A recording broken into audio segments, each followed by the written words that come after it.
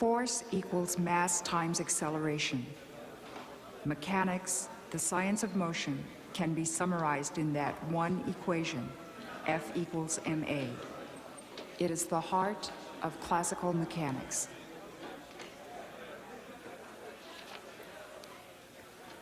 Refined to their essence, Newton's three laws are one profoundly powerful equation. Force equals mass times acceleration.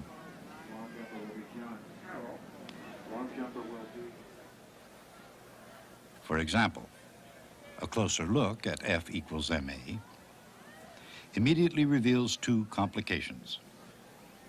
First, F equals ma is a vector equation. Both force and acceleration are vectors. In other words, they have definite directions. In F equals ma, they must have the same direction. The second complication arises in the symbol A for acceleration. Remember, acceleration isn't the position of something, and it's not how fast something changes its position. Acceleration is how fast something gets faster. So acceleration is the derivative of a derivative. And Isaac Newton's simple equation, F equals ma, is a vector equation about a derivative of a derivative. For example, when a body or mass falls, gravity exerts a force, F, force in the downward direction, of course, and the result is acceleration.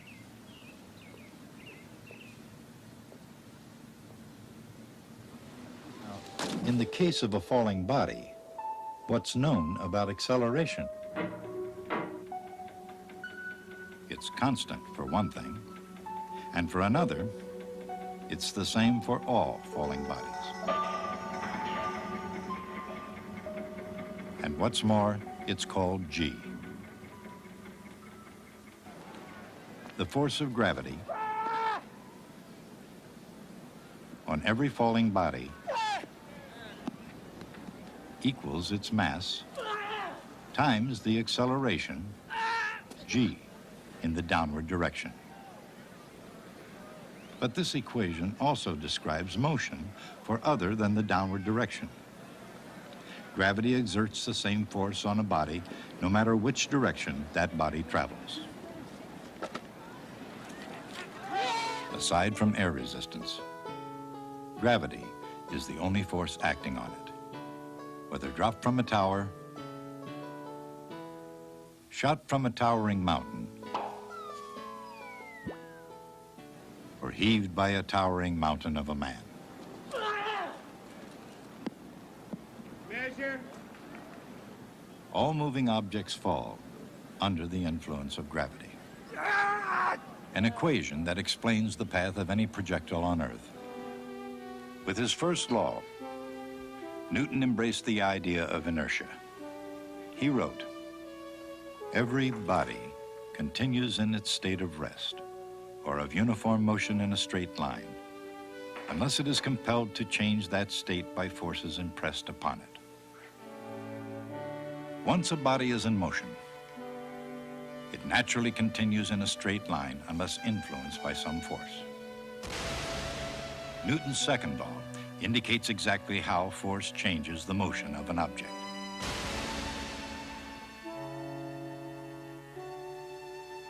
As Newton himself explained it, the change in motion is proportional to the force impressed, and it is made in the direction of the straight line in which the force is impressed. Newton used the word motion to mean momentum, the velocity of a body multiplied by its mass. He knew his laws could be expressed as differential equations. Newton's second law says that the impressed force is equal to the rate of change of momentum.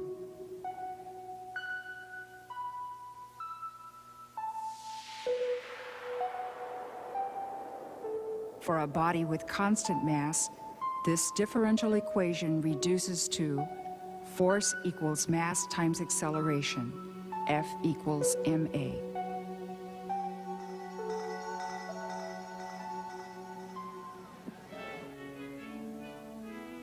To every action, there is always an equal reaction.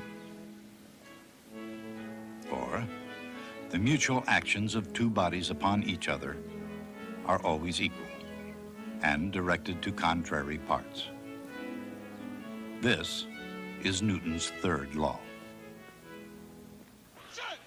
Something cannot touch something else without being touched in return. In other words, bodies don't merely act, they interact with one another. When an object is launched, then allowed to travel freely, what's the nature of its trajectory? No matter what the projectile and its purpose, could it be that all trajectories are essentially the same?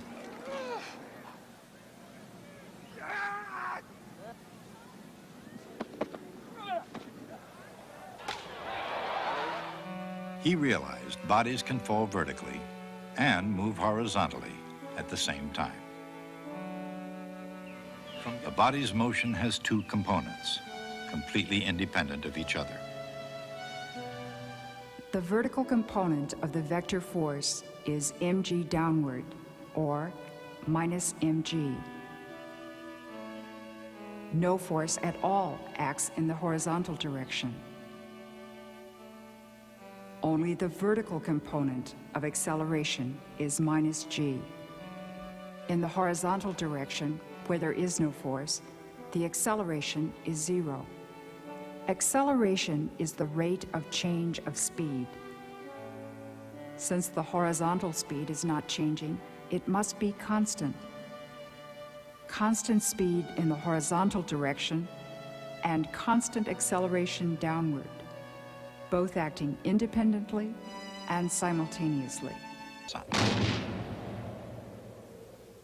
When the parabolic path of a real projectile was discovered by Galileo. The motion of a projectile has an acceleration equal to minus g in the vertical direction and a constant speed in the horizontal direction. And what's the meaning of that constant? The force behind this object's propulsion comes from the thrust of the athlete's torso. This force lasts only for a moment and determines the shot's initial speed.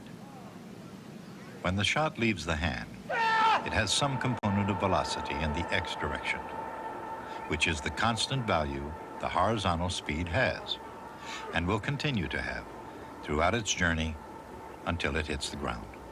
However, the vertical component of velocity is changing at a rate equal to minus g. The derivative of vertical speed with respect to time is minus g, not 0. It's the vertical speed the object starts out with, even if it starts out with a bang.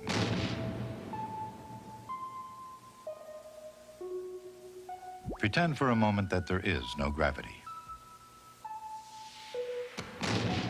Then, any projectile would follow a straight line path with both the horizontal and the vertical speed with which it started out. But gravity does shape the motion of a projectile, and how it does is expressed in Galileo's law of falling bodies. What really happens is that a projectile continually falls beneath its imaginary straight line path at a rate equal to 1/2 gt squared, just as if it were dropped from rest.